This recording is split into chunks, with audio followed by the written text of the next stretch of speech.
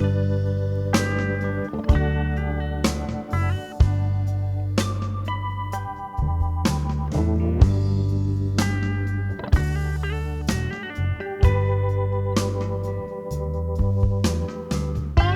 the early evening of the first day of spring, 1970, I was at a flat in Duke Street, St. James, talking with Brian Geisen. Geisen had been telling me about taking Brian Jones to Jujuka to hear the group of the master musicians. I've known them for 20 years, going up there since 1950. Recognize that they are the people of Penn, and that's another whole long story.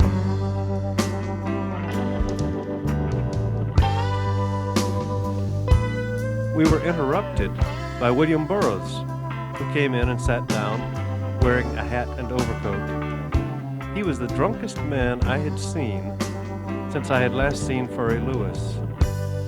Reduced in Burroughs' presence as Keith was reduced by Chuck Berry, I found myself telling him about my prized copy of Big Table 1 with its first U.S. printing of Parts of Naked Lunch.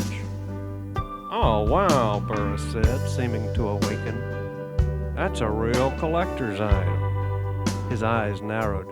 "They are, now, quite valuable collector's items, and, you know, if you want to, I could autograph it and we would, share, make a little exchange," Geisen said.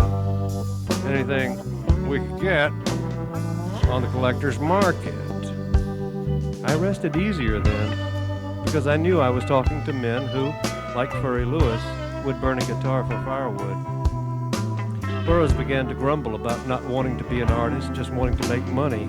I quoted Shaw to Goldwyn, "The difference between us is that you care only about art, and I care only about money." "There you go," Burroughs said. "No one who is an artist gives a shit about being an artist. They want to make a little money and have a little peace. Be an artist indeed." He was struggling to unload a layer of clothing. "Take off your coat, William," Geisen said. "There's a good move." "At least I think I'll take off my hat," Burroughs said. He got to his feet, hung the hat on a rack, and sat back down. "Now I'll take off my coat."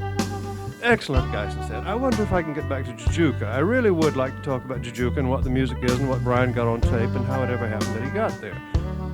How does he appear in your book?" "Brian?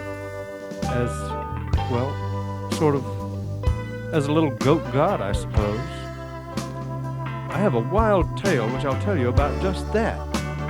A very funny thing happened up there. The setting was extremely theatrical in that we were sitting under a porch of a house made of wattles and mud. Very comfortable place. Cushions were laid around like a little theater, like the box of an old-fashioned theater. And a performance was going on in the courtyard. And at one moment, dinner obviously had to be somewhere in the offing, like about an hour away. Everybody was just beginning to think about food. And we had these acetylene lamps giving a great, very theatrical glow to the whole scene, rather like limelight used to be, a greenish-white sort of tone.